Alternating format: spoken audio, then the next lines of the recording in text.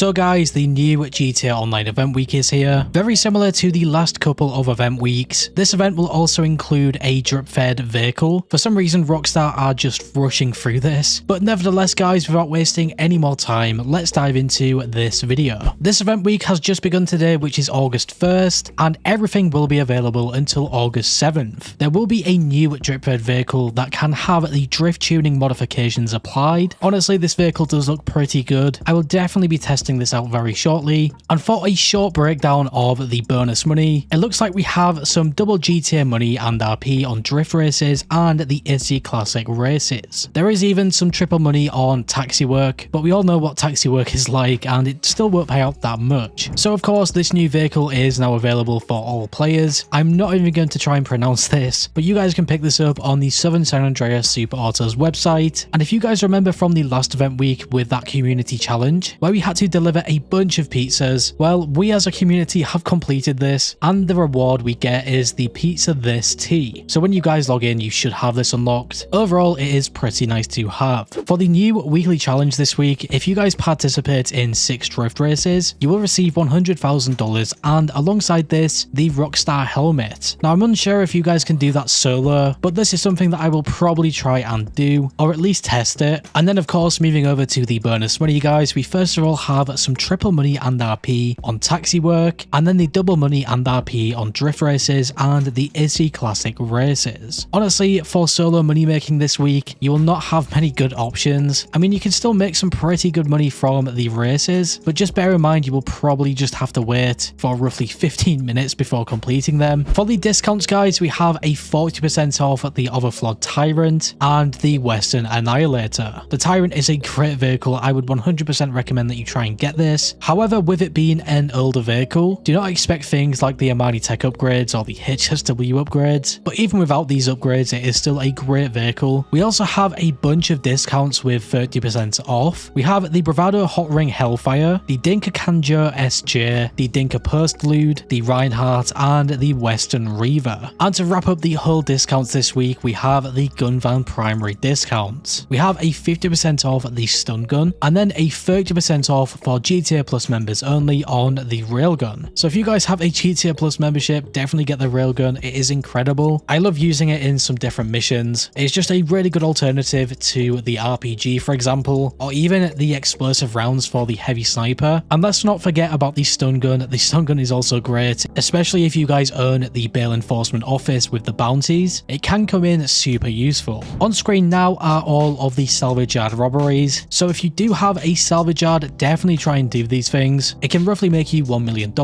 I pretty much say this in every single event week video. Now, one vehicle I am really happy to see that you guys can get for free will be the Pegassi Zentorno. This will be for the Lucky Wheel. Now, of course, there is so many better cars than the Zentorno currently in GTA, but the Zentorno is still a great performing vehicle. If you were to get this and just drive around in a free mode session, you are most likely going to get blown up, but I think everyone should at least have one Zentorno in their collection. It can still hold up pretty well in terms of its speed and handling. The LS Car Meet prize ride vehicle is the Ocelot Ardent. To win this vehicle, just place top 5 in the LS Car Meet series for 4 days in a row. For Simeone's Autoshop cars, we have all of these on screen. Now, looking at these vehicles, I would probably go for the 770, maybe even the Raptor or the Dinka Enduro. Even the Rat Rod is kind of good. I believe that you guys can still do a speed glitch with this, but it has been such a long time since I tested it. Just remember, you guys can also test ride these vehicles before purchasing. At the luxury dealership, we have the new vehicle. Once again, I'm not going to pronounce this. And we also have the Ubermac Niobe.